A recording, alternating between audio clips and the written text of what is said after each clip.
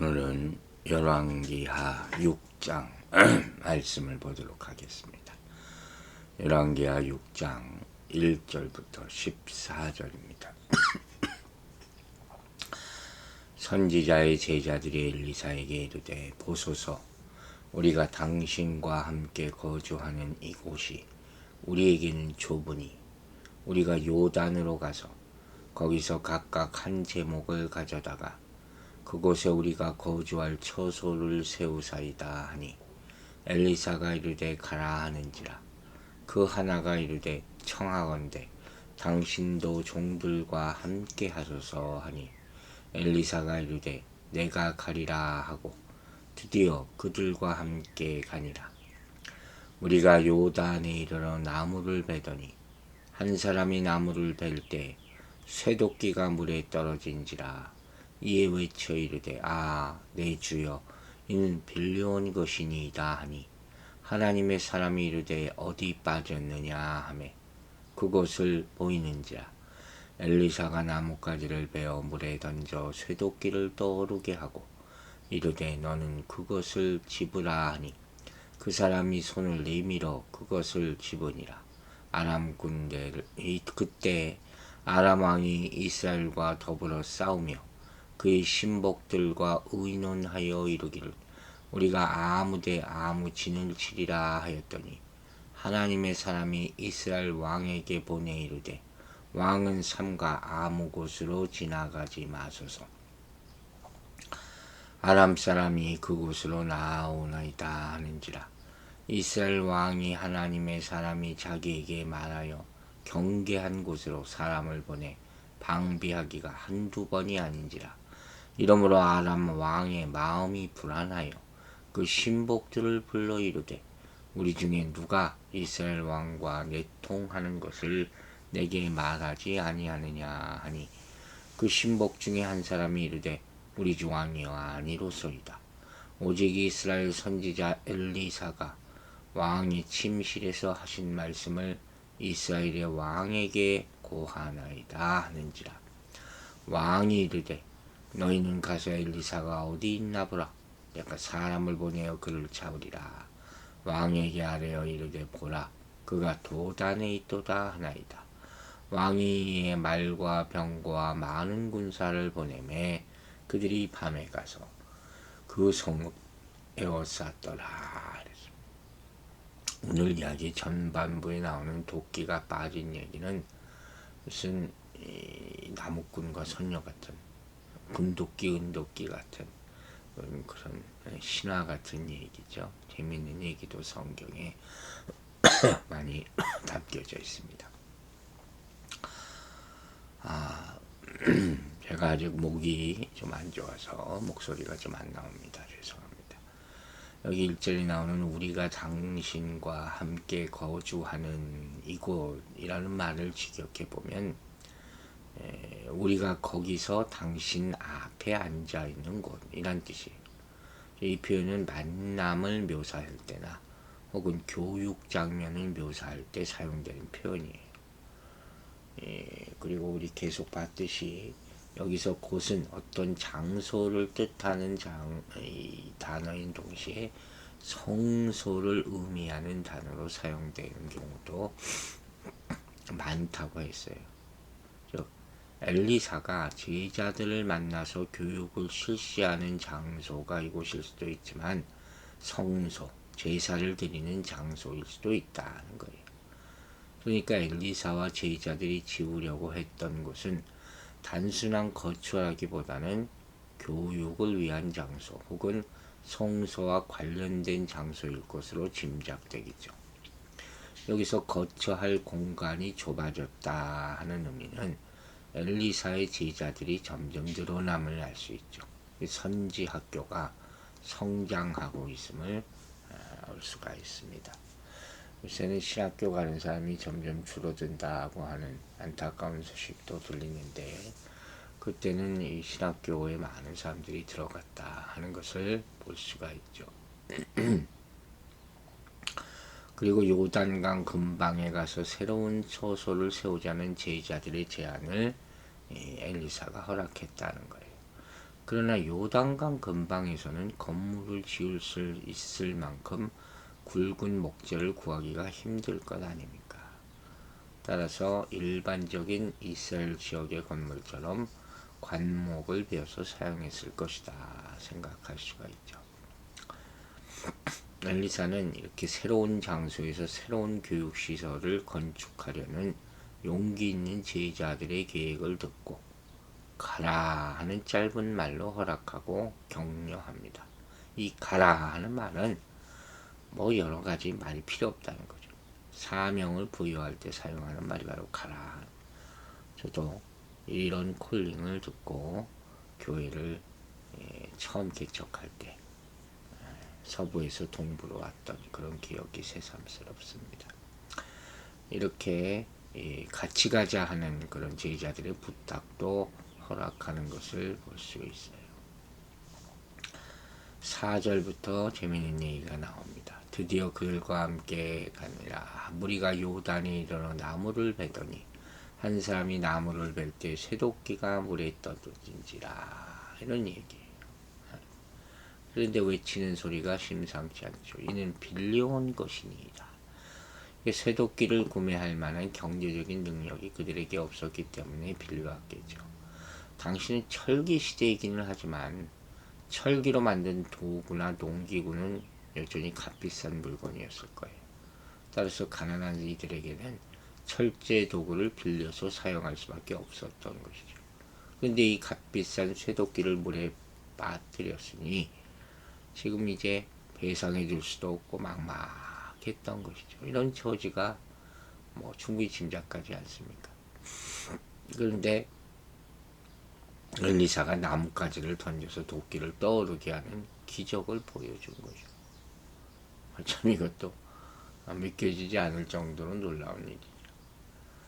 그런데 이렇게 보면 엘리사가 행한 여러 기적들은 뭐 거창한 기적들보다 생활 속에서 일어나는 어려움을 해결해 준 기적이 좀 많았던 것으로 볼 수 있어요. 그 어떤 우리가 볼 때 이게 더 이런 게 도움이 되는 기적 같아요. 뭐 어마어마한 것을 보여주는 것은 아니지만, 근데 이게 바로 하나님의 관심사인 거죠. 하나님의 사람에 대해서 하나님의 관심을 가지고 있는. 나뭇가지를 물에 던졌고 물에 잠겼던 도끼가 떠올랐다 하는 것이죠. 그래서 하나님은 이런 무명의 제자들을 절대로 외면하지 않으신다는 거예요. 즉 믿음으로 살아가면서 어쩔 수 없는 어려운 처지에 있는 성도들이 많잖아요. 그 성도들을 도우신다는 거예요. 때로 초자연적인 역사로, 때로 사람들을 통해서 이렇게 여러 가지 방법으로 필요를 채워주신다는 거죠. 그러므로 우리는 이런 하나님을 신뢰하며 살아가야 돼요. 삶 가운데 역사하시는 하나님이죠. 여러분, 하나님을 위해 일한 중에도 당연히 어려움을 당할 수 있다고 했죠. 하나님은 그런데 우리가 어떤 위치에서 어떤 일을 하든지 간에 우리 삶의 모든 상황을 돌아보시는 분이라는 사실을 잊지 마시라는 거예요. 그래서 이렇게 비록 실수로 문제가 일어나고 사고가 벌어질 수 있지만 우리를 돌보시는 궁일하시는 하나님의 손이 역사할 수 있다 하는 것을 믿으라 하는 것이죠. 여러분, 그러므로 우리는 삶의 다양한 문제로 인한 염려와 근심 앞에서도 세심하게 돌보시는 하나님을 의지하며 그분 앞으로 나아가야 할 것입니다. 자신의 생각이나 능력, 이해력 이런 것 가지고 하나님을 제한해서는 안 되죠. 작은 것까지도 세심하고 풍성하게 도우시는 하나님을 신뢰하며 매일매일 살아가는 여러분 되시기를 주의 이름으로 축원합니다. 8절부터 10절까지 좀 보겠습니다. 그때 아람 왕이 이스라엘과 더불어 싸우며 장면이 전환되죠. 그 신복들과 의논하 이르기를 우리가 아무데 진을 치리라 하였더니 하나님의 사람이 이스라엘 왕에게 보내 이르되 왕은 삼가 아무 곳으로 지나가지 마소서 아람 사람이 그곳으로 나오나이다 하는지라. 이스라엘 왕이 하나님의 사람이 자기에게 말하여 경계한 곳으로 사람을 보내 방비하기가 한두 번이 아닌지라. 자, 이제 8절부터 장면이 전환되는데 이야기가 어느 시대 당시 아람 왕이 누구인지 이스라엘 왕이 누구인지는 나오지 않아요. 그리고 뭐 군대가 이동하는 곳에 지명도 명시되지 않고 다만 그냥 아무데 이야기체죠. 옛날 이야기 같은 그런 상황이 전개되고 있어요. 어쨌든 중요한 것은 아람이 이스라엘을 공격하려고 군대를 이동하면 그때마다 하나님의 사람이 그 정보를 이스라엘 왕에게 알려주어서 이스라엘이 위기에 모면하는 일이 여러 번 있었다. 대단한 거죠. 하나님의 사람이 통치자인 이스라엘 왕에게 적군의 동정에 대해서 가르치는 특별한 상황을 보여주고 있죠. 이런 것이 바로 하나님의 사람을 통해서 나타나는 하나님의 능력이라 하는 것이죠. 사실 이스라엘은 아람의 군사력과 정보력에 비하면 보잘것없는 전력을 지닌 처지였지만 그들과의 전투에 지지 않았다는 거예요. 그리고 그 이유는 뭐냐? 모든 상황을 아시는 하나님이 이 선지자를 통해서 필요한 정보를 미리 알려주셨기 때문이다 하는 거죠. 참 이스라엘은 싸우기만 하면 이길 수밖에 없는 거예요. 적에 대해서 다 아니까. 그리고 이스라엘 왕이 엘리사가 전해주는 하나님의 말씀에 순종할 때 전쟁에서 승리할 수 있었다 하는 것이죠. 여러분, 성도는 세상에서 영적 전투를 벌이며 살아가는 사람들이에요. 그러므로 세상의 위협과 어려움을 당할 때마다 전능하신 하나님의 도움을 구해야 할 것입니다.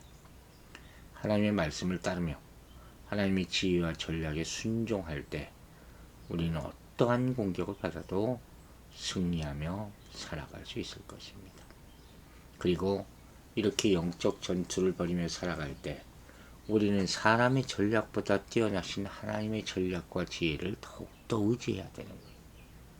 하나님의 전략과 지혜를 얻기 위해서는 말씀의 사람이 되어야 되고 세상을 이기는 영적 분별력을 얻기 위해서는 기도의 사람이 되어야 되는 거예요. 말씀의 사람, 기도의 사람. 이것이 우리 삶의 모토가 되어야 되는 것이죠. 즉, 세상을 이기는 힘은 사람에게서 나오는 것이 아니라 모든 것을 아시며 우리를 도우시는 하나님께로부터 나온다 하는 것이죠.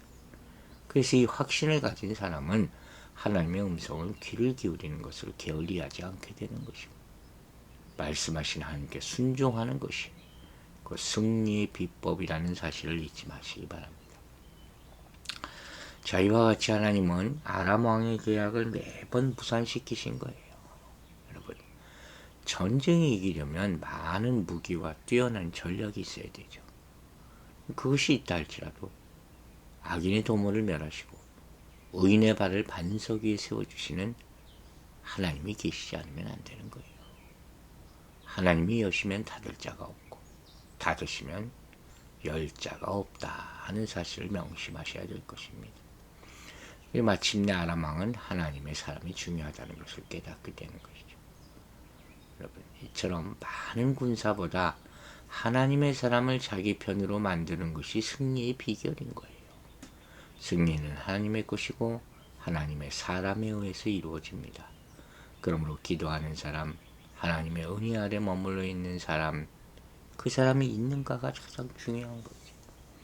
우리 자신이 그런 사람이 되어야 돼요. 여호와의 구원은 사람이 많고 적음에 달려있지 않습니다.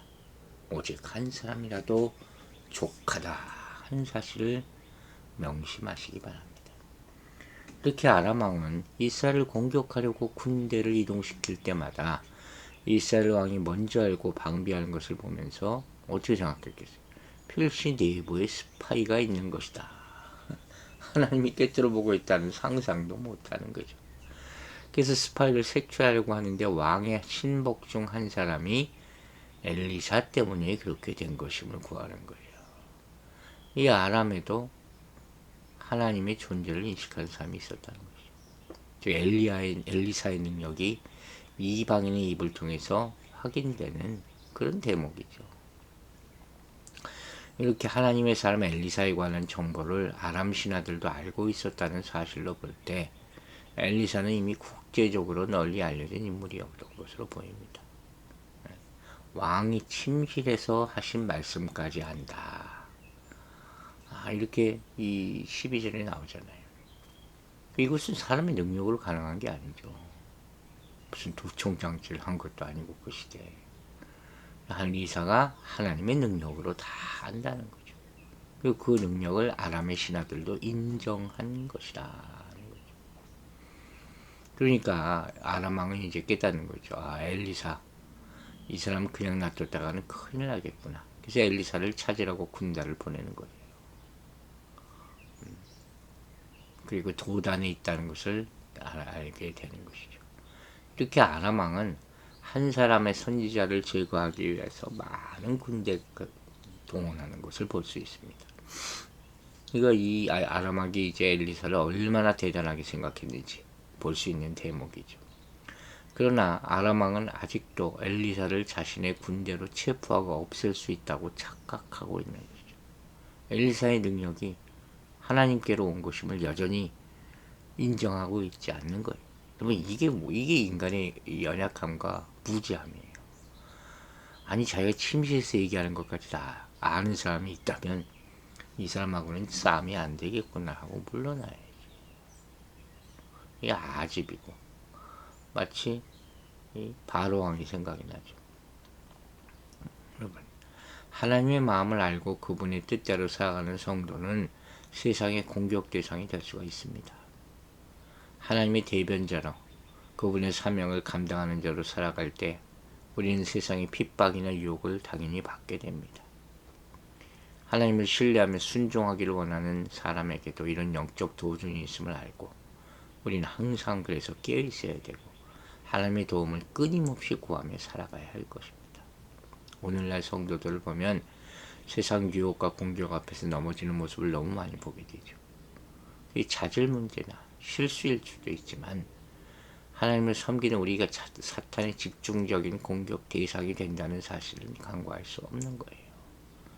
그러므로 하나님의 일을 감당하는 사역자로서 세상에서 하나님의 사명을 따라 살아가는 우리로서는 더욱 영적으로 민감하고 깨어 있어야 할 것입니다. 특별히 세상의 유혹과 도전에 넘어지기 쉬운 자신의 약점에 경계와 주의를 기울이시기 바랍니다. 주님의 뜻에 집중하며 승리하는 삶을 살아가게 되기를 주의 이름으로 축원합니다.